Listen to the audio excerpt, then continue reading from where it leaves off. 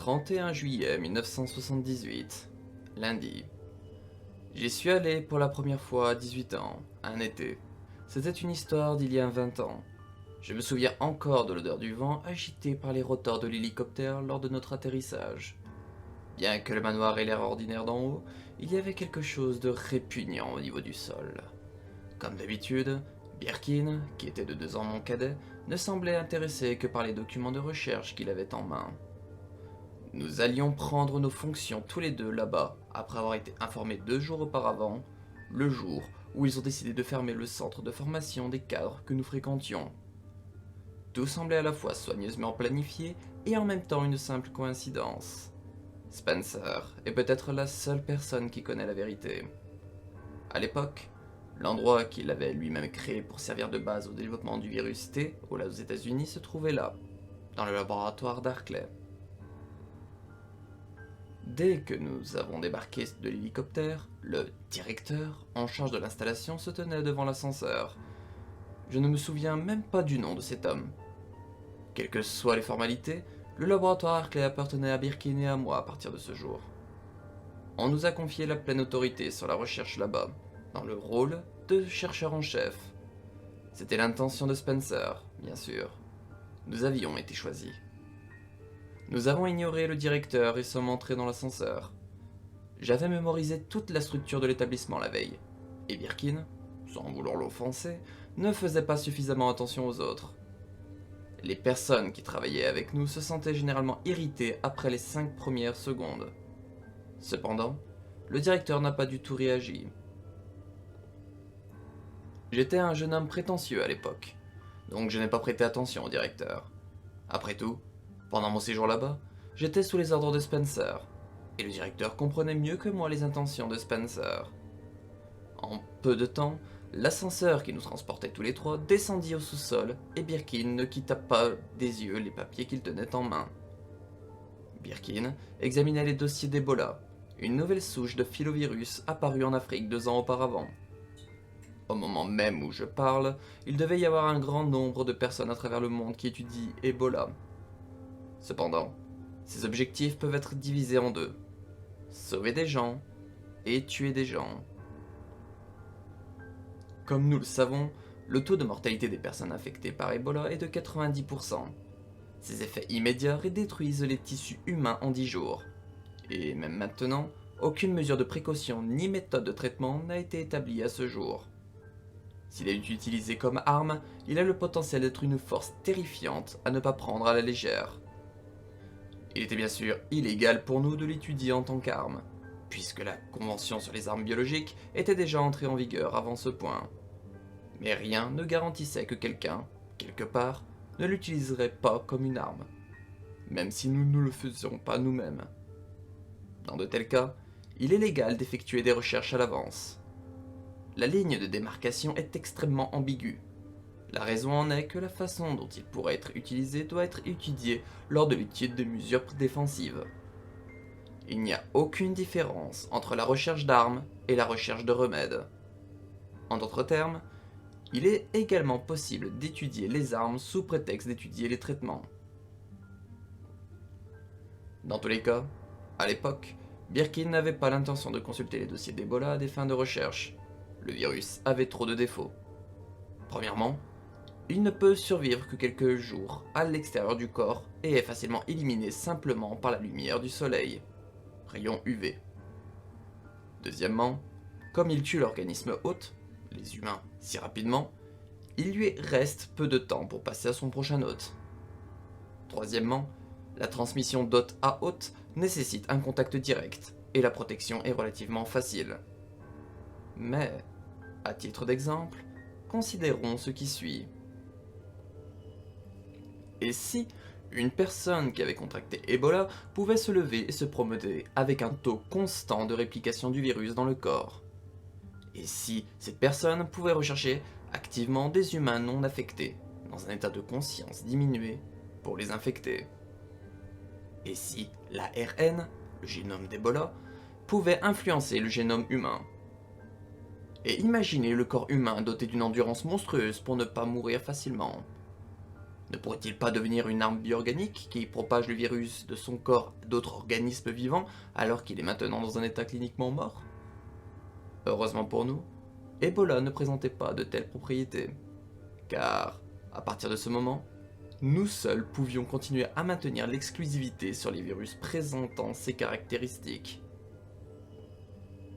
Umbrella a été fondée principalement par Spencer, et n'était rien de moins qu'une organisation pour développer des virus avec ces mêmes caractéristiques.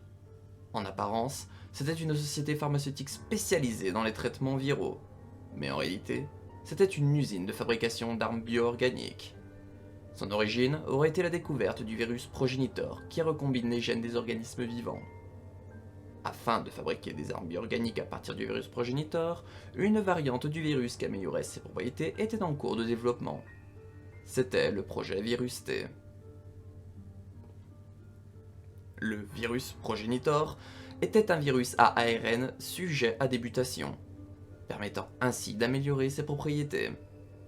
L'intérêt de Birkin pour Ebola était de renforcer ses propriétés en incorporant ces gènes dans le virus progénitor. L'échantillon d'Ebola avait déjà atteint ce laboratoire à ce moment-là.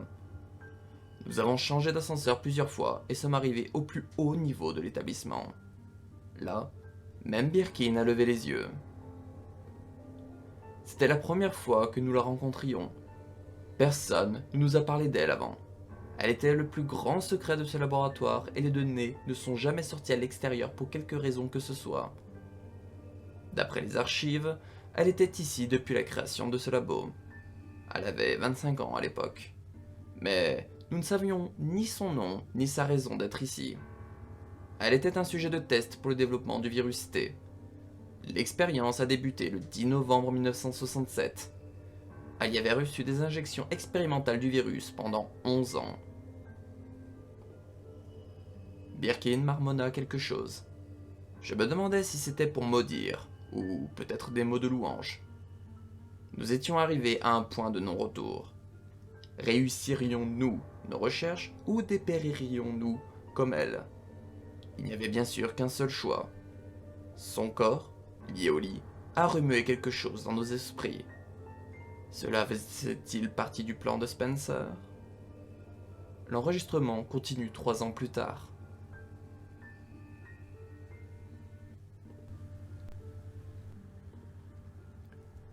« 27 juillet 1981, lundi, 3 ans après le précédent enregistrement. Ce jour-là, une fillette de 10 ans a été nommée chercheuse en chef de la base antarctique d'Umbrella. Elle s'appelait Alexia Ashford. À l'époque, j'avais 21 ans et Birkin en avait 19. Même dans notre laboratoire d'Arclay, la seule chose dont les chercheurs parlaient était cette satanée rumeur d'Alexia Antarctique. Pour les vieillards qui étaient avec Umbrella depuis de nombreuses années, c'était parce que le nom de la famille Ashford était légendaire. Pendant longtemps, lorsque la recherche se trouvait dans une impasse, ces vieillards incompétents radotaient régulièrement ceci. Si seulement le docteur Edward était encore en vie. Certes, Edward Ashford était l'un des découvreurs du virus progénitor et était peut-être un grand scientifique qui a créé les bases du projet Virus T. Mais il est décédé peu de temps après la création d'Umbrella. 13 ans s'étaient déjà écoulés depuis sa mort. Que pouvons-nous attendre de la famille Ashford maintenant? En vérité, au cours des 13 années écoulées depuis la mort d'Edward, le laboratoire antarctique mis en place par son fils n'avait obtenu aucun résultat. L'intellect de sa petite fille Alexia n'avait rien de spécial non plus. Néanmoins, après cette journée, ces vieilles racailles gâtées que nous avions pour subordonnées avaient commencé à laisser filer les choses. Si seulement Dame Alexia était là. Je m'inquiétais pour l'avenir avec des imbéciles comme ceux-ci sous mes ordres, qui ne peuvent juger une personne que par le sang ou si sa famille est célèbre. C'est pourquoi, même à un âge avec un pied dans la tombe, ils étaient encore des laquais qui ne pouvaient même pas se contracter sans la direction de quelqu'un d'autre. Mais j'étais encore raisonnable. Si moi, un chef, je me mettais en colère, le développement du virus T dans le laboratoire d'Arclay serait encore plus retardé. Il n'y avait pas de succès possible si je ne pouvais pas juger calmement une situation. Alors, j'ai pensé comme suit. Je ne pouvais obtenir des résultats de recherche que si je traitais bien les notables d'autrefois. Leur vieux corps pouvait périr à tout moment, propice à des expériences dangereuses. Comment pourriez-vous vous élever au-dessus des gens si vous ne pouviez pas utiliser rationnellement toutes les ressources humaines? Mais le problème était Birkin. Sa réaction à la rumeur d'Alexia a été désastreuse. Bien qu'il ne l'ait jamais dit à haute voix, pour Birkin, être initialement le plus jeune chef à 16 ans a dû être une source de fierté pour lui. Sa fierté a été brisée en morceaux par une fille de 10 ans. En tant que génie, je pense que cela aurait été son premier aperçu du sentiment de défaite. Il était incapable d'accepter qu'il s'agissait d'une jeune fille issue d'une famille prestigieuse. Au gré des enjeux humains, aucun résultat de recherche n'avait encore été obtenu. Il était encore un enfant, au final. Il était peut-être mentalement immature, mais j'avais besoin de Birkin pour continuer d'une manière ou d'une autre. Au cours des 3 dernières années, notre recherche est entrée dans la deuxième étape. À ce moment-là, le virus T avait été stabilisé pour la production d'une arme bio-organique surnommée Zombie. Cependant, les effets génétiques d'un virus ne peuvent pas être certains à 100%. C'est parce qu'il existe différences subtiles dans les gènes d'une personne selon l'individu, et il y a ce qu'on appelle la compatibilité. Environ 10% des humains échapperaient à l'apparition des symptômes, même s'ils étaient infectés par un zombie. Même avec une recherche génétique soutenue, nous ne pouvons rien faire pour résoudre ce problème. Si nous faisions en sorte que 9 humains sur 10 présentent des symptômes, cela aurait dû être suffisant pour une arme. Mais Spencer semblait penser différemment. Notre patron attendait une arme indépendante capable d'exterminer 100% des humains. Mais pourquoi exactement? À l'origine, le mérite d'une arme biologique était qu'elle pouvait être développée à peu de frais. Cependant, les armes bio-organiques que nous étudions avaient de commencer à devenir extrêmement chères. Si gagner de l'argent avait été le seul désir de Spencer, il n'aurait pas choisi cette voie. Ils auraient été suffisamment rentables s'ils étaient utilisés en conjonction avec des systèmes d'armes conventionnels. Mais il n'était pas rentable et de continuer à étudier une arme et d'extermination autonome. Pourquoi continuer cette recherche même si elle n'est pas rentable? Je me demande. Je pouvais comprendre le mot de monopoliser toute l'industrie militaire en modifiant le concept même de guerre, mais je ne comprends toujours pas les véritables intentions de Spencer. Indépendamment du véritable objectif de Spencer, à cette époque, Birkin concevait une arme bio-organique mettant l'accent sur les capacités au combat. Il avait l'intention de les créer en incorporant non seulement la manipulation génétique du virus T, mais également les informations génétiques d'autres créatures. Une arme biologique prête au combat, qui deviendra plus tard le Hunter, qui pourrait éliminer même les personnes qui échappent au début de l'infection ou qui possèdent des armes et des équipements antiviraux. Cependant, nous avons dû suspendre l'expérience pendant un certain temps. C'était pour protéger les cobayes de Birkin. Avec son impatience insensée, Birkin a commencé à agir de manière erratique en réaction à Alexia. Il est resté au laboratoire 24 heures sur 24 à répéter des expériences sur des idées imprévues et mal conçues. J'ai extrait autant d'échantillons organiques que possible avant la mort des sujets de test, même en utilisant les autres chercheurs pour m'aider. Mais nous ne pouvions pas suivre sa vitesse.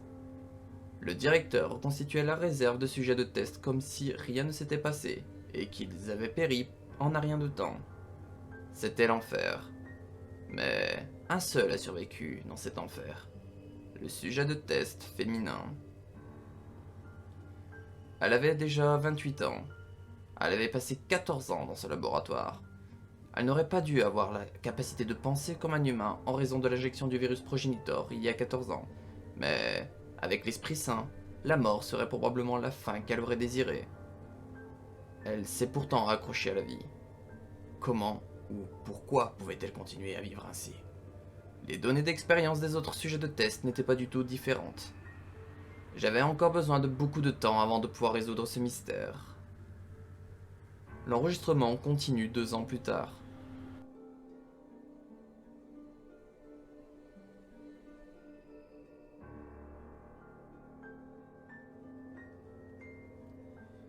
« 31 décembre 1983, samedi, 2 ans après le précédent enregistrement. J'ai vécu mon 6e hiver au laboratoire d'Arclay. Pendant ces 2 dernières années, bien que nous n'ayons pas obtenu de résultats de recherche favorables, la stagnation était passée et un tournant s'est enfin opéré. Le déclencheur provenait d'un seul rapport que j'ai reçu au matin le jour même. Alexia, de la base antarctique, était morte. La cause du décès était une infection accidentelle par le virus T. veronica développé par Alexia elle-même. Alexia avait 12 ans à l'époque. Elle semblait bien trop jeune pour poursuivre des recherches dangereuses. Bien qu'il ait également été question qu'Alexia ait planifié la rumeur depuis le début et s'était injecté du T. veronica, une telle chose était impossible. Peu importe à quel point on essayait de l'expliquer. Peut-être a-t-elle fait une gaffe, ne s'étant pas remise du chagrin de la disparition de son père l'année précédente. À la base antarctique, les recherches d'Alexia ont été suivies par son frère jumeau, son seul parent par le sang. Mais personne n'attendait grand-chose de cet homme. Finalement, la famille Ashford était pratiquement morte sans qu'aucun résultat de recherche ne soit publié par elle. Comme je m'y attendais, la légende n'était rien de plus qu'une légende après tout. Birkin a été changé par la mort d'Alexia, ou peut-être devrais-je dire qu'il fut enjoué. Mais surtout, nos chercheurs subalternes étaient désormais contraints de le reconnaître. Désormais, personne ne le surpassait. Cependant, il était encore tabou de parler d'Alexia devant lui. Il s'est opposé avec véhémence lorsque j'ai parlé d'obtenir un échantillon du virus T. veronica. Je n'ai pas eu d'autre choix que de remettre à plus tard le fait d'aller au fond des recherches d'Alexia. Au final, bien que les circonstances qui nous entouraient aient changé pour le mieux, Birkin lui-même n'a pas du tout grandi. Mais à l'époque, j'avais de plus grandes priorités. Notre laboratoire d'Arclay était entouré d'une forêt profonde. Même si je ne me promenais souvent, ce laboratoire est situé au milieu d'une chaîne de montagnes, et je n'ai jamais vu une seule âme à proximité de l'installation. Le seul moyen de transport étant l'hélicoptère, ce n'était pas un endroit que les gens pouvaient visiter. L'absence de personnes était bien sûr un facteur important pour minimiser les dégâts en cas d'épidémie de virus. Mais les armes biologiques ne sont pas si simples. Un virus n'est pas quelque chose qui infecte seulement les humains. Aucun virus ne s'en prend qu'à une seule espèce d'hôte. Par exemple, il est confirmé que le virus de la grippe contamine, en plus des humains, des oiseaux, des porcs, des chevaux et même des phoques. Cela complique davantage la chose lorsque vous ne savez pas que dans les espèces d'une même famille comme les oiseaux, les canards et les poulets peuvent parfois être des hôtes, mais pas les autres volatiles. De plus, même avec le même virus, ces hôtes peuvent changer encore plus en raison de souches mutantes. Il est impossible de connaître tous les organismes qui peuvent devenir des hôtes, même pour un seul virus. Et il y avait un problème dans la mesure où le virus T est hautement compatible d'une espèce à l'autre. Lorsque Birkin était inutile, j'étudiais la nature de l'infection secondaire par le virus T. Ce que j'ai compris avec cela, c'est le fait que presque toutes les espèces d'organismes peuvent devenir des hôtes du virus T. En plus des animaux, la plupart des espèces, y compris les plantes, les insectes, les poissons, etc., avaient le potentiel d'amplifier la prolifération du virus T. Quand je quittais le labo et me promenais dans la forêt, je me demandais toujours pourquoi. Pourquoi Spencer a-t-il choisi cet endroit? Toutes sortes d'écosystèmes convergent dans une forêt. Que se passerait-il s'il y avait une fuite du virus ici et qu'il y avait des organismes compatibles comme hôtes? S'il s'agissait d'un insecte, puisqu'il est petit au départ, on pourrait penser qu'une simple infection secondaire ne constitue pas une menace importante. Mais les insectes ont biologiquement le potentiel d'épidémie massive explosive. Dans ce cas, jusqu'où le virus pourrait-il se propager? S'il s'agit d'une plante, vous pouvez imaginer qu'il y a peu de possibilités de contamination, puisqu'elle ne peut pas se déplacer d'elle-même. Mais qu'arrive-t-il au pollen que la plante expulse? Cet endroit était trop dangereux. Quand on y pense, il était évident que la famille Ashford ait choisi l'Antarctique comme lieu d'installation de son laboratoire. Contrairement à là-bas, cet endroit était comme une base choisie pour le but de propager complètement le virus. Mais ce n'était sûrement pas une telle chose. Qu'est-ce que Spencer essayait de nous faire faire?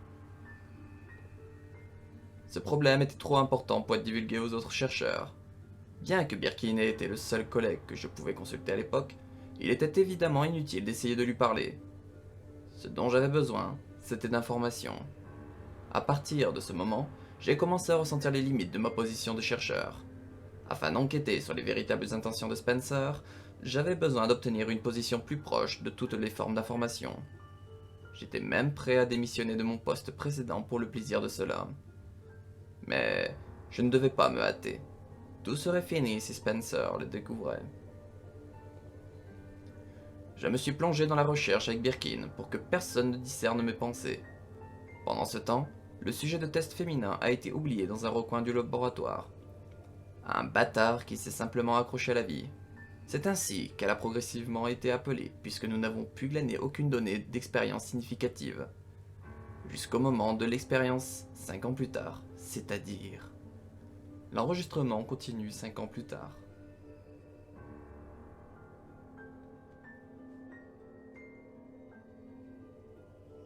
« 1er juillet 1988, vendredi. 5 ans après le précédent enregistrement. Pour nous, l'été de notre 11e année au laboratoire d'Arclay était sur le point de commencer. J'avais déjà 28 ans à l'époque. Birkin était également devenu le père d'une fille de 2 ans. Sa compagne était également une chercheuse d'Arclay. En pensant normalement, il est difficile de comprendre comment ils ont pu se résoudre à se marier et même à élever un enfant tout en poursuivant leurs recherches ensemble. Mais on pourrait dire qu'ils ont pu poursuivre leurs recherches à Arclay puisqu'ils n'étaient pas des personnes de sensibilité normale. Là, seuls les fous peuvent trouver le succès. C'est ainsi qu'en l'espace de 10 ans, nos recherches en sont enfin arrivées à la 3e étape. Une arme biologique plus avancée, prête au combat et dotée d'intelligence, programmée pour se conformer aux commandes et fonctionner comme un soldat. Nous devions créer un monstre surnommé Tyran. Cependant, il y avait un obstacle majeur dans cette recherche dès le départ. L'acquisition d'un organisme utilisé comme hôte du tyran s'est avérée difficile. À l'époque, le plus gros problème était que le nombre d'humains qui pouvaient génétiquement s'adapter en tant que tyran était extrêmement limité. Cela a été causé par la nature du virus T.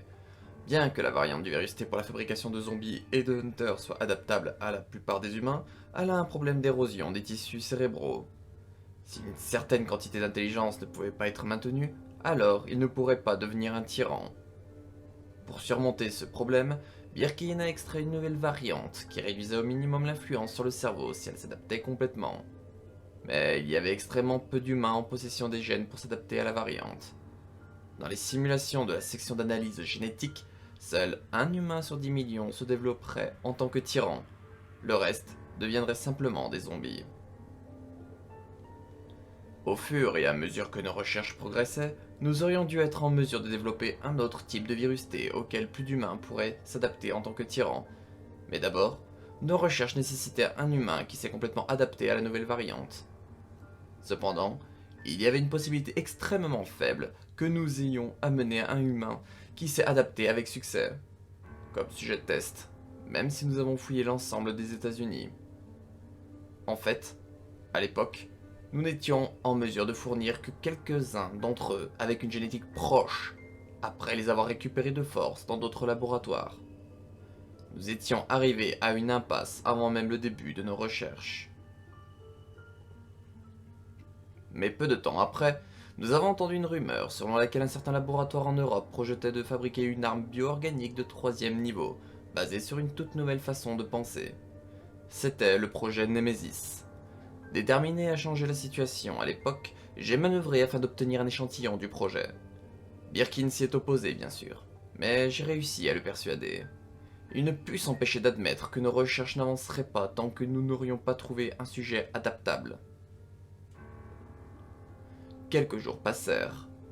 Puis, au milieu de la nuit, un colis fut acheminé depuis l'Europe via plusieurs relais. Il était simplement contenu dans une petite boîte posée sur l'héliport. Le prototype Nemesis. Il était en cours de développement dans un laboratoire français et j'avais eu recours à des moyens considérablement lourds pour l'obtenir. Mais le soutien de Spencer s'est finalement avéré crucial. Bien que Birkin n'y ait manifesté aucun intérêt jusqu'à la fin, il a tout de même reconnu l'importance de le tester. L'échantillon a été développé pour un tout nouveau concept révolutionnaire. Un organisme parasite, créé artificiellement par génie génétique. C'était la vraie nature de Némésis. Incapable de faire quoi que ce soit de manière autonome. C'est un organisme spécialisé uniquement dans l'intelligence. Cependant, il contrôle l'intelligence en parasitant le cerveau d'autres organismes et peut démontrer une efficacité de combat avancée. L'intelligence est fournie séparément de l'organisme prêt au combat, et il est dit qu'en combinant les deux, ils constitueront une seule arme bio-organique. Si cela est perfectionné, un organisme prêt au combat peut certainement être créé sans avoir à se soucier de la question de l'intelligence. Mais le problème était que le parasitisme par Némésis n'était pas du tout stable. Sur le document joint à l'échantillon, il n'énumère que des exemples de décès de sujets dus à un échec. Les organismes parasités meurent du contrôle du cerveau par Némésis dans les 5 minutes qui suivent. Cependant, nous savions que le prototype incomplet était dangereux. Nous le retirerions de l'hégémonie du projet Némésis et prolongerions avec succès la durée du parasitisme d'une manière ou d'une autre. C'était mon but. Bien sûr, nous avons utilisé ce sujet de test féminin. Sa vitalité anormale pourrait éventuellement résister au parasitisme du prototype Némésis pendant une période prolongée. Même si cela échouait, nous ne perdrions rien. Contrairement à mes attentes, cependant, l'expérience a produit un résultat complètement différent. Némésis a tenté d'envahir son cerveau, puis a disparu. Au début, nous n'avions aucune idée de ce qui s'était passé. En effet, nous n'aurions jamais imaginé qu'elle avait absorbé le parasite. C'était le début. Jusque-là, elle n'était qu'une chose qui ne mourait pas, et quelque chose était sur le point de se réveiller en elle. Encore une fois, nous devions la réexaminer à partir de zéro. Elle avait été examinée de manière exhaustive au cours des 10 dernières années, mais nous avons osé ignorer les données passées. Quelque chose que personne n'avait pu attraper depuis 21 ans. Depuis avant que nous soyons affectés à ce laboratoire, était sur le point d'apparaître. Seul Birkin a remarqué quelque chose après l'avoir étudié un long moment. Quelque chose était définitivement en elle. Cependant, c'était quelque chose qui s'écartait du projet Virus T. Cela produirait un autre concept complètement nouveau. C'était le début du projet Virus G, qui a changé notre destin. L'enregistrement continue 7 ans plus tard.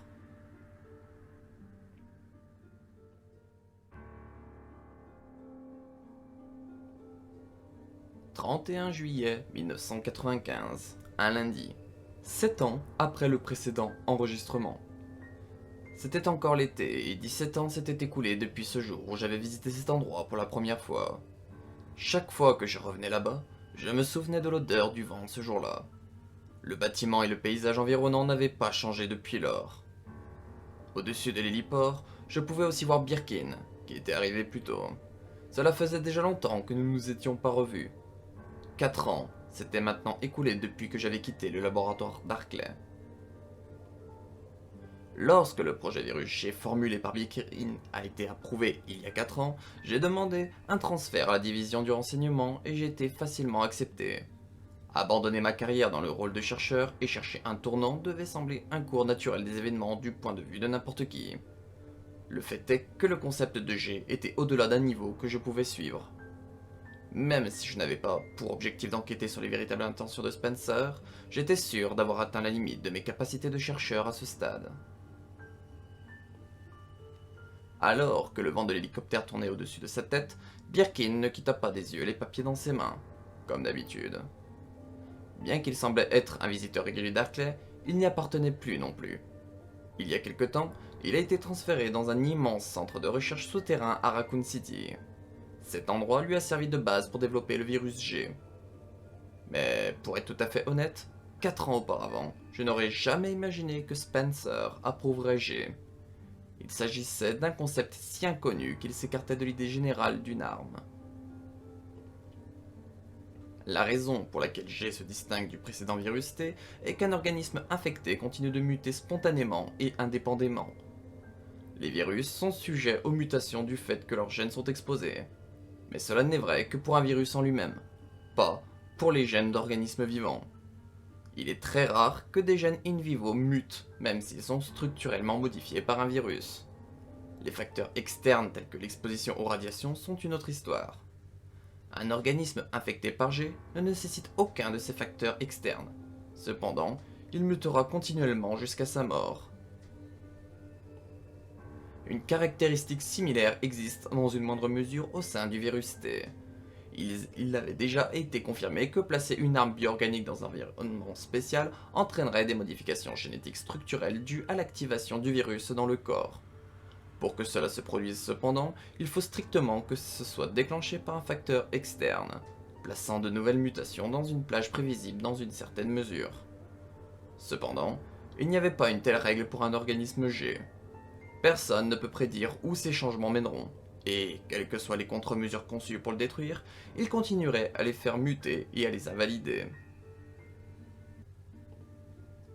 Birkin a découvert un aperçu de cet effet il y a 7 ans chez le sujet de test féminin.